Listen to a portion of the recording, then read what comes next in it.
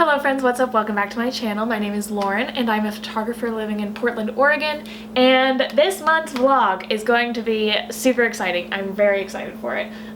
For the month of March, so basically here, let me give you a brief history here. Blue Sky Gallery is it's the premier photography gallery here in Portland, Oregon. And every year they do this really interesting exhibition called the Pacific Northwest Drawers. And basically every year it's open portfolio submission of 10 images, and photographers from the entire Pacific Northwest are able to submit their body of work. And there's about 50 photographers in total that they show every year. And this year, 2021, what year is this? I don't even know anymore. This year, I'm going to be one of the photographers that is in the Pacific Northwest Drawers. So if you're ever in the Portland area from April 2021 to April 2022, you can go to Blue Sky Gallery. They're literally these drawers that you pull and you can like take the photos out of the drawers and hold them in your hands and get super up close and see like all the wonderful film grain, and oh, it's just it's really, really fun. It's one thing to view work online on, you know, whatever online platform, but it's really nothing quite beats just getting to see and hold the work in person and just look at how beautiful it is in person. So if you're ever in Portland throughout the entire year, please come to Blue Sky Gallery. It's a super, super fun, interesting exhibition. It's pretty much, I would call it a celebration of the photographic imagery that's happening in the entire Pacific Northwest. The portfolios this year are super cool. So this month's vlog video for you is going to be taking you through the entire darkroom process from printing it. I give you a quick enlarger demo, show you how to dodge and burn in the darkroom, and doing the matting, doing spot concealing, and all of that fun stuff, getting everything prepped for the show. So I hope you enjoy, and let's get into it.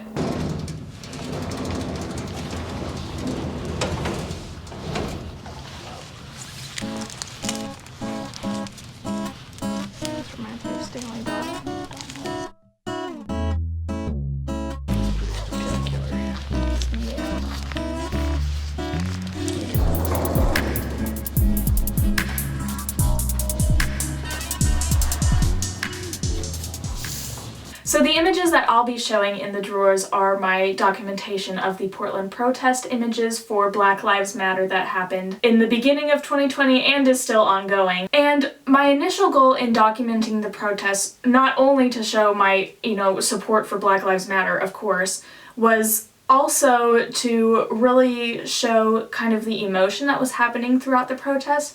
In the very early days of the Portland protests, there was a lot of conflicting information that was happening in regards to the mainstream media and, the police saying one thing that was happening in the protests, and then another narrative happening from the protesters themselves and independent journalists of things that were happening and going on. From the very beginning, I obviously wanted to protest, just for Black Lives Matter, of course, because that's an important thing to, advocate for. But also secondarily, I really wanted to go in and see with my own eyes what was happening and, gather my own opinions and truth of the matter from what I was seeing. And ultimately, with all of the images, I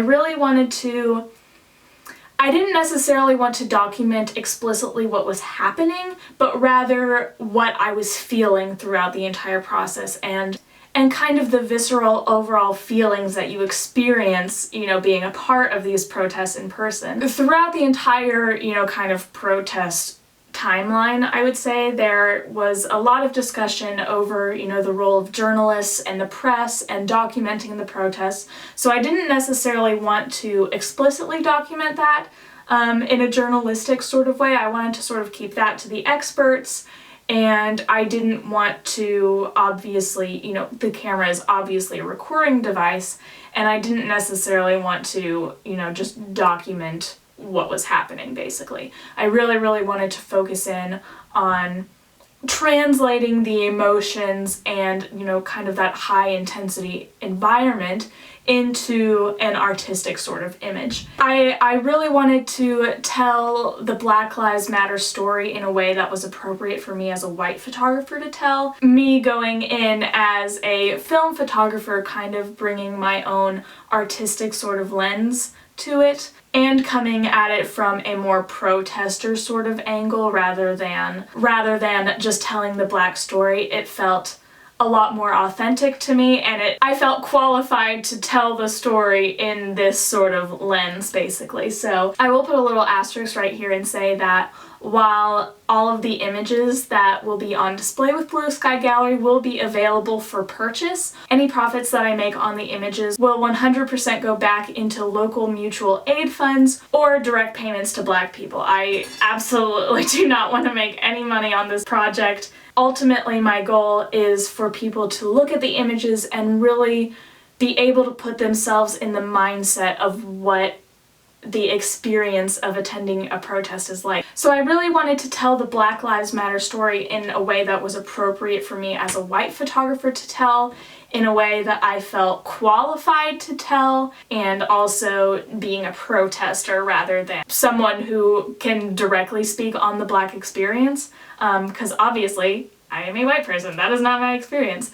But I think it's hugely important for white photographers to talk about this in their work. Photography is historically a super racist medium, so it's really, really important. And maybe, you know, I'd love to even make a video talking about racism in photography and how we can combat that in today's society, especially as white photographers, because we really do want to be mindful of the stories that we do tell, so that we aren't exploiting anybody else's stories, but we're still addressing these super important topics that need to be addressed and that we have to address. So I'm very excited and honored that my work was chosen to be exhibited with Blue Sky Gallery, and I'm really excited that it's going to reach a much wider audience, because this is a very important topic, and I really hope that the work changes people's minds or opens people's eyes to the reality of the situation and the reality of protesting experience, and open the conversation for talking about the Black experience as well.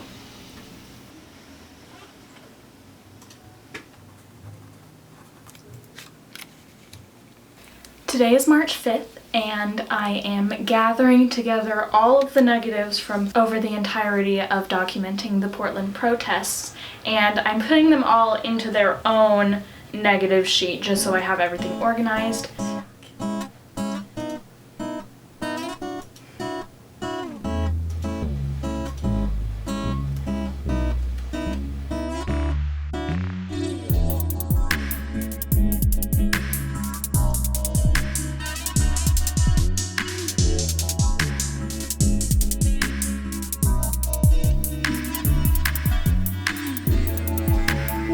So I'm cleaning up the bathroom and making a new batch of fixer, and now that I'm all done with that, it's now time to start printing.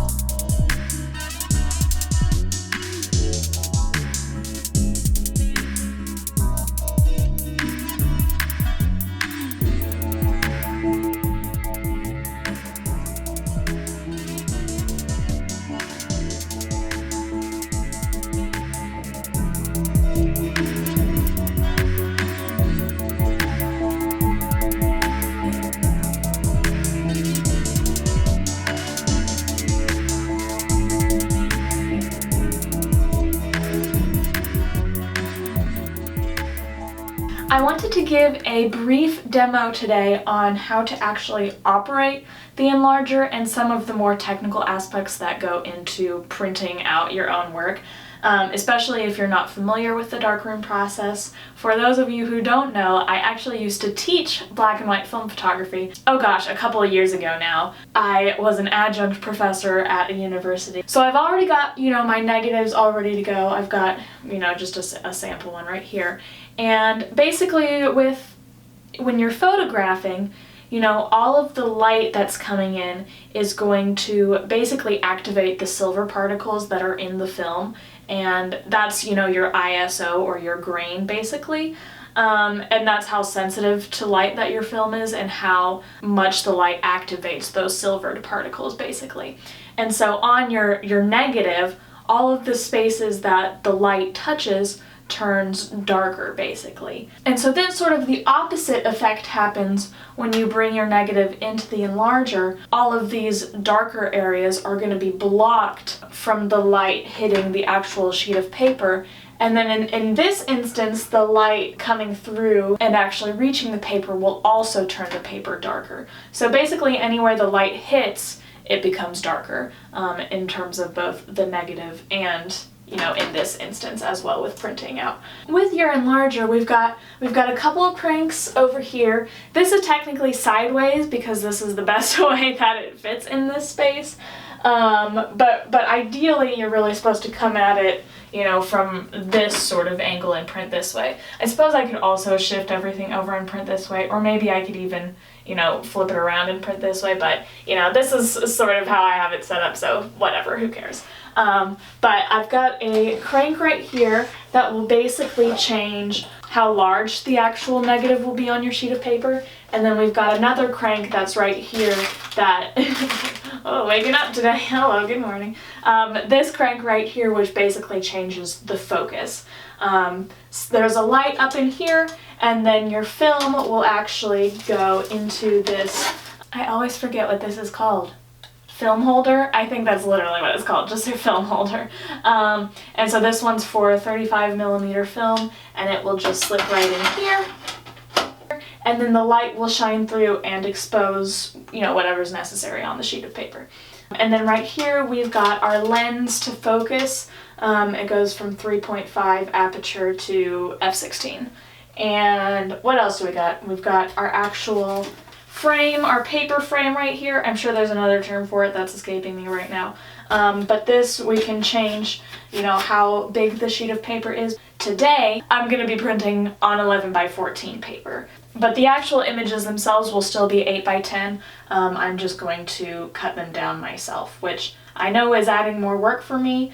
But I don't know, I don't know, I wanted to do it that way, so that's what I'm doing. And then the other thing that you really need if you're wanting to print at home with an enlarger is you also need your enlarging timer. That will basically allow me to turn the light on for a set amount of time to expose the paper to the light. And then I also have these dodging and burning tools. Everybody's probably familiar with Photoshop at this day and age. And in Photoshop, there's a dodging and burning tool, and that literally comes from working in the darkroom. Basically, what you do is when the light is being exposed for a certain amount of time, we'll take our dodging and burning tool and whatever we cover, that's basically us dodging the light, and whatever we leave exposed is whatever we're burning to the light. Because when we're burning something, we're making it darker, basically.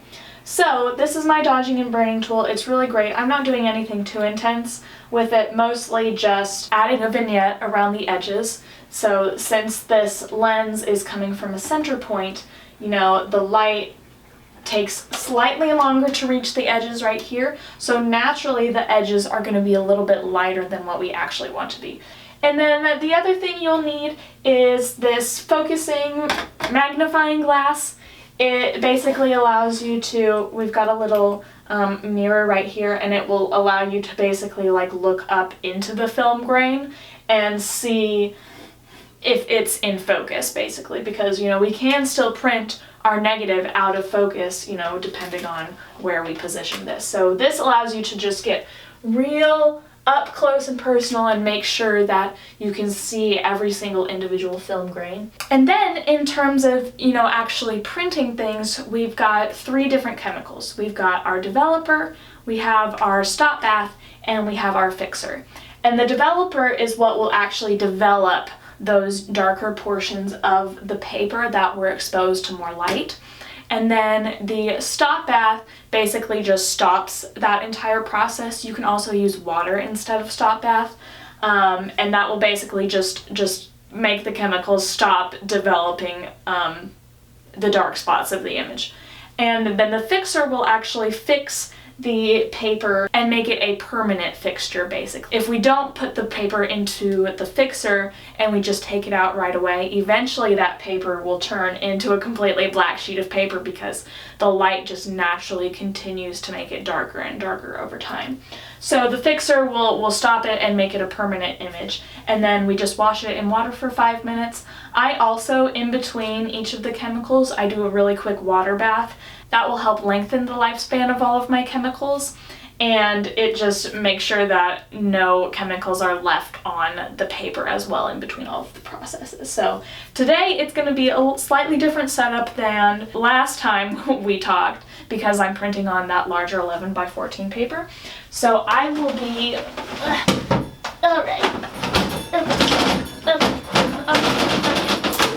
So I will be using these large paper trays to put all my chemicals in. So it's going to be a slightly rougher setup with larger paper because I'm in such a small space. I'm going to have my developer on the right side of the sink, this stop bath on the left side of the sink, and then the fixer will be on the toilet, and then we'll do the water bath in our bathtub right here. So I'm probably going to need to clean the bathtub here really quickly and make sure none of my hairs are anywhere.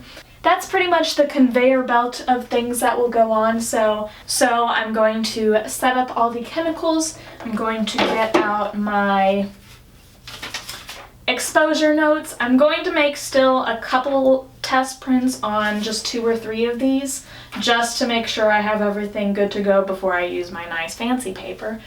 To show you an example of dodging and burning in real life, imagine for a brief moment that there's a sheet of paper right here and our light is going to be exposed for a certain amount of time. Usually when I'm actually printing, I'll have my lens and aperture at f/16, which is this amount of light, which you probably can't see now on the screen. It's opened up right now as wide as it can be, just for demonstration purposes. So I've got my tool, my dodging and burning tool right here, and basically the distance from the tool and the light is how feathered the edges of my tool will be and how feathered the edges of my vignette will be. So wherever the light is being blocked, I'm technically dodging the light away from that area.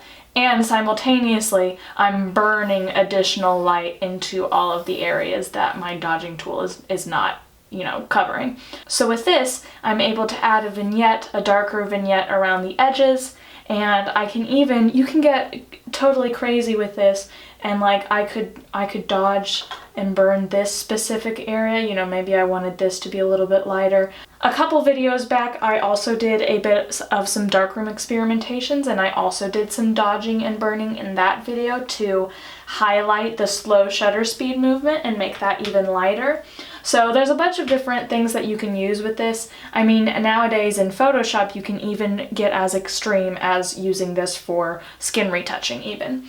But we're not doing that today. These are, not the images for some skin retouching, but that's basically how you would dodge and burn the image.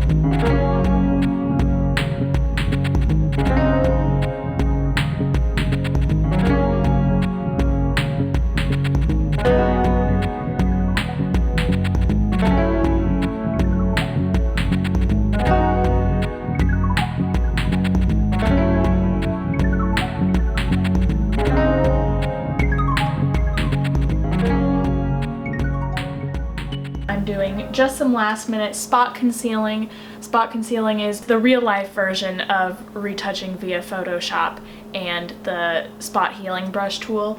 You have a few different color variations that you can choose from, and the liquid that you use for spot concealing is really nice because it has a very transparent quality to it, so it's really easy to layer up and make a very dusty slash hairy image look really beautiful and perfect, because inevitably there's going to be dust on either ingrained into the negative itself, on the negative while you print out the piece, or sometimes even that will be on the paper itself.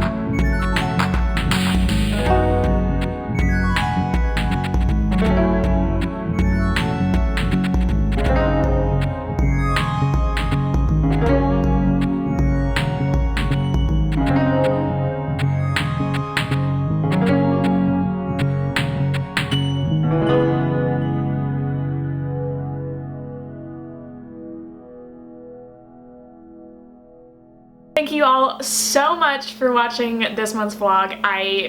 It was so much fun to put together, and I feel like I'm getting better at doing these vlog things. So if you're interested in coming to the opening reception, there's going to be a Zoom link and a YouTube link going through the gallery and seeing everybody's work in a slideshow format. So if you're interested in attending that, you know, online, you will need to follow me on my Instagram. My film sort of personal Instagram is right here. I also have this conceptual Instagram, but I'll be posting the links to the opening reception on this Instagram right here. So you'll want to follow me on there for an update.